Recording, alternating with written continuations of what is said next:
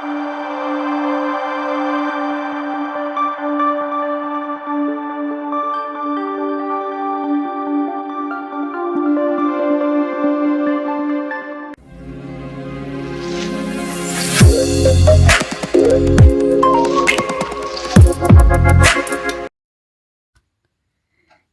আছো বন্ধুরা? আমি সানা চলে এসেছি সানার গল্পের ঝাঁপি সঙ্গে করে। বর্ষার মরশুমে চলছে ভূতের গল্পের সম্ভার। আজকের গল্প অদর্শিত, লেখক অভিজিৎ পাঁজা। তবে গল্প শুরুর আগে চট করে জেনে নেব লেখক সম্পর্কে। লেখক অভিজিৎ পাঁজা কম্পিউটার সায়েন্সে স্নাতক, বাড়ি হাওড়া শিবপুর। পেশায় মিউজিক্যাল ইনস্ট্রুমেন্টসের ট্রেডার। একক সংকলন 2টি, সব ভয় সমান নয় আর মন এবং অন্ধকার। এছাড়া একাধিক সংকলন আর পত্রিকায় লেখা প্রকাশিত হয়েছে। লেখালেখির বাইরে ছবি আঁকতে, খেলা আর সিনেমা দেখতে ভালো লাগে। তাহলে শুরু করছি লেখক অভিজিৎ পাঁজার গল্প অদর্শিত। আর পাঠে আমি তোমাদের বন্ধু সানা। আমি দেবদান বাগচি। মুর্শিদাবাদ জেলার লালবাগের বাসিন্দা হলেও কর্মসূত্রে এখন উত্তর কলকাতায় থাকি। সেন্ট্রাল ব্যাংক অফ ইন্ডিয়ার বিডন স্ট্রিট ব্রাঞ্চে পোস্টেড। বছর 5 হলো ভাড়া আছি ঠনঠনিয়া কালীবাড়ির পাশে বিনা সিনেমার পিছনের রাস্তায় একটা পুরনো বাড়ির একতলায়। বিয়ে থা হয়নি, একা মানুষ, হাত পুড়িয়ে নিজেই রাঁধি খাই। চাকরির সময়টুকু বাদ দিলে বাকি অবসরে নানান ধরনের গান শুনি, ছবি আঁকি, টুকটাক লেখালেখি করি। খুব ছোটবেলা থেকে আমি একটু নির্ভীক আর নাস্তিক স্বভাবের, অথচ আমার বাবা একজন পুরোহিত মানুষ। যদিও উনি সেন্ট্রাল গভর্নমেন্টের উচ্চপদস্থ অফিসার ছিলেন, তা সত্ত্বেও সারা জীবন দেখে এসেছি সময় পেলেই পুজো আচ্চা করতেন। অবসর গ্রহণ করার পর আমাদের লালবাগ অঞ্চলের পরমপ্রীতি ট্রাস্টের দক্ষিণাকালী মায়ের মন্দিরে উনিই প্রধান পুরোহিত। ঠাকুর দেবতার পুজো অর্চনা চিরকাল করে আসতে দেখেছি মা এবং দিদিকে। এই হেন পরিবারের ছেলে হয়েও ঈশ্বরের প্রতি শ্রদ্ধা, ভক্তি, আস্থা, বিশ্বাস আমার মধ্যে জন্ম নেয়নি। কেন নেয়নি তার সহজ স্বাভাবিক উত্তর আমার জানা নেই। আর একটা ব্যাপার হলো, জন্ম থেকে জনপ্রিয় ঐতিহাসিক স্থানে বেড়ে ওঠার কারণে বহু গুরুজনের থেকে লালবাগের হাজারদুয়ারি, মতিঝিল, কাটরা মসজিদ, নিজামাত, ইমামবাড়া ইত্যাদি জায়গাগুলোর বহুল প্রচলিত ভৌতিক কাহিনী শুনে একটা সময় খুব ভয় পেতাম। পরবর্তীকালে কিছুটা বড় হবার পর স্কুলের বন্ধুবান্ধবরা মিলে নানান অভিযান চালিয়েছি সেই সমস্ত ভৌতিক জায়গাগুলোতে। গভীর রাতে বিভিন্ন হেরিটেজ প্লেসে হানা দিয়েছি, একাধিকবার নিরাশ হয়েছি। ভূত বা স্পিরিটের ওপর একটা সময় একটু ক্ষীণ বিশ্বাস থাকলেও খুব কম সময়ের মধ্যেই সেটা চরম অবিশ্বাসে পরিণত হয়েছিল। এতগুলো কথা বলার কারণ এটাই যে এই 37 বছর বয়সে এসে আজ আমি আপনাদের এমন একটা ঘটনার কথা বলতে চলেছি যেটার কোনো বৈজ্ঞানিক ব্যাখ্যা আমার কাছে নেই। এই ঘটনা চাক্ষুষ করার পর স্পিরিট বা আত্মার অস্তিত্বকে অস্বীকার করার সাহসও আমার নেই আর। 5 বছর আগে প্রথমবার কলকাতা শহরে বদলি হয়ে আসার পর এক সহকর্মীর সাহায্যে এই বাড়িটা আমি দেখতে আসি ভাড়া নেওয়ার জন্য। সরকারি চাকুরে নির্ঝঞ্ঝাট একা মানুষ দেখে বাড়ির কর্তা শ্রী বিভূতিভূষণ মালাকার এক কথায় রাজি হন। দিন কয়েক সহকর্মীর বাড়িতে থেকে প্রয়োজনীয় আসবাব সামগ্রী, খাট, television, induction cooker, cooking utensils ইত্যাদি কেনাকাটার পর আমি শিফট করি মালাকার ভবনে। দুদিন পর অফিস থেকে ফিরলে বিভূতিবাবু আমাকে দোতলায় ডাকেন চায়ের নিমন্ত্রণে। অফিস থেকে ফিরে ফ্রেশ হয়ে পায়জামা পাঞ্জাবি পরে চামড়ার চটি পায়ে গলিয়ে খানিকটা হেঁটে হেদুয়ার নকুরচন্দ্রের দোকান থেকে টাটকা জলভরা সন্দেশ কিনে দোতলায় উঠি। বিভূতিবাবুর বসার ঘরে বসে আমার পরিবার সংক্রান্ত এটা ওটা আলোচনা চলাকালীন বছর 25-এর একটি মেয়ে একটা কাচের ট্রের ওপর লাউপালার কাপ প্লেটে চা আর গরম সিঙাড়া নিয়ে হাজির হলো। মেয়েটি বেশ সুন্দরী।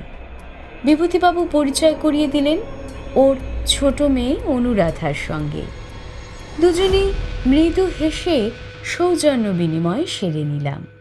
অনুরাধা ট্রেটা রেখে ঘরের ভেতর চলে গেল। কথায় কথায় নিজেই বড় মেয়ের প্রসঙ্গ তুলে কেমন যেন চিন্তিত হয়ে পড়লেন বিভূতিবাবু। চায়ে চুমুক দিতে দিতে আমি ওর চোখের দিকে তাকিয়েছিলাম।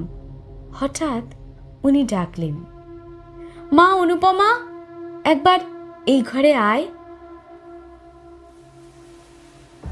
ঘরে এলো অনুরাধা।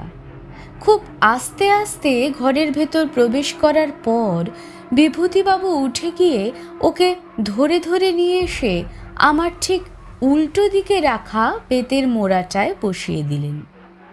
আমাকে বেশ অবাক হতে দেখে বিভূতিবাবু বললেন, এটা আমার বড় মেয়ে অনুপমা। আমাকে একটু ঘাবড়ে যেতে দেখে উনি সামান্য হেসে বললেন, অবাক হলে তো ভায়া, আসলে ওরা যমজ বোন, অনুরাধা আর অনুপমা। আলাপ হলো অনুপমার সঙ্গে। অল্প সময়ের আলাপনে বেশ লাগলো তাকে। খানিক পর অনুরাধা বোনকে নিয়ে পাশের ঘরে যাবার পর বিভূতিবাবুর মুখে ওদের পরিবার সম্বন্ধে জেনে মনটা ভারাক্রান্ত হলো। 25 বছর আগে কলকাতা মেডিকেল কলেজের হাসপাতালে ওদের 2 বোন ভূমিষ্ঠ হওয়ার পরই বিশেষ শারীরিক জটিলতা সৃষ্টি হয় ওদের মা রেণুকা দেবীর। প্রায় 14 দিন জমে মানুষে টানাটানির পর অশেষ যন্ত্রণা সহ্য করে অবশেষে ইহজগতের মায়া পরিত্যাগ করে আনন্দলোকে পাড়ি দেন রেণু দেবী। মাতৃহীন দুটো শিশুকে সময় দেওয়ার জন্য নিজের সরকারি চাকরি থেকে স্বেচ্ছা অবসর নেন বিভূতিবাবু। ধরাগলায় বিভূতিবাবু বলেন, এরকম অনেক দিন গেছে জানো, রেনুর ব্লাউজ পরে 2 ফিডিং বোতলে কৌটোর দুধ ঢেলে তারপর নিজের বুকের দুদিকে বোতল 2 আটকে একসঙ্গে দুধ খাইয়েছি 2 মেয়েকে। মোটা কালো ফ্রেমের চশমাটা ঝাপসা হয়ে এলে সেটা খুলে ফতুয়া দিয়ে মুছে আবার পড়ে নেন বিভূতিবাবু। আমি শুধুই শ্রোতা, কী বা বলার থাকতে পারে আমার। জীবনযুদ্ধের একজন সৈনিককে চোখের সামনে দেখে মুগ্ধ হয়েছিলাম। একটা দীর্ঘ নিঃশ্বাস ছেড়ে আবার বলতে শুরু করলেন বিভূতিবাবু। জন্মের 1 মাস পর কর্নিয়ায় আলসার ধরা পড়ে অনুপমার। অন্ধত্ব নেমে আসে জীবনে। হাজার চেষ্টাতেও কিছু করা সম্ভব হয়নি। পরবর্তীতে শঙ্কর নেত্রালয়ের বিখ্যাত সব ডাক্তাররা পরীক্ষা নিরীক্ষা করে জানিয়ে দেন, কোনো আশা নেই। আমার মনের ভেতরটা উথাল পাথাল হচ্ছিল। সামনে বসে কথাগুলো শুনতে খুব কষ্ট হচ্ছিল, অথচ না শুনে যে উঠে চলে যাব সেটা করতেও মন চাইছিল না। আরও অনেক কথা হয়েছিল।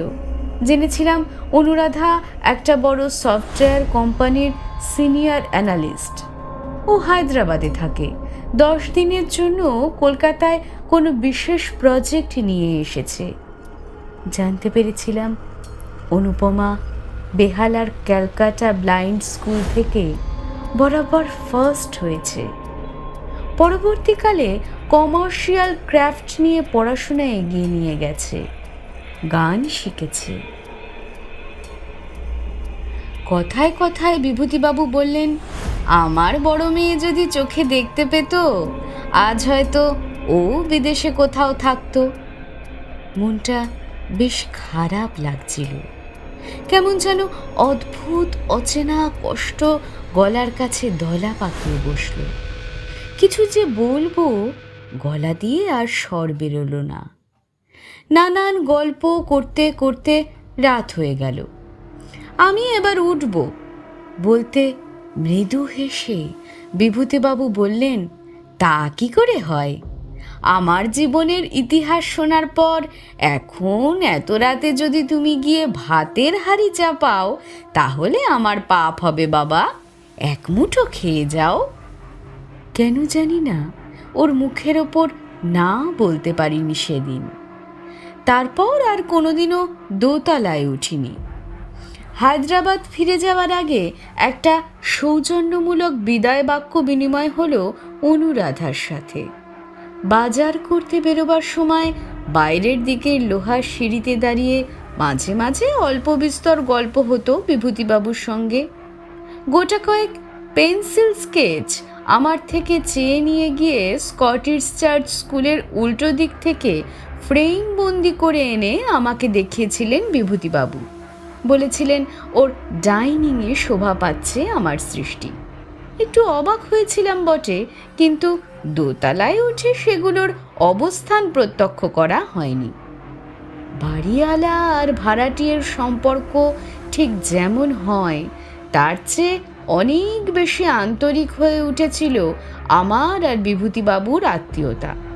এরকম অনেক সকাল দেখেছি যখন জানলা দিয়ে প্রথম সূর্যালোক আমাকে স্পর্শ করেছে। ঠিক তখনই অনুপমার সুরেলা কণ্ঠে রাগ গুনগুলি আমাকে নিয়ে গেছে এক অনন্য জগতে।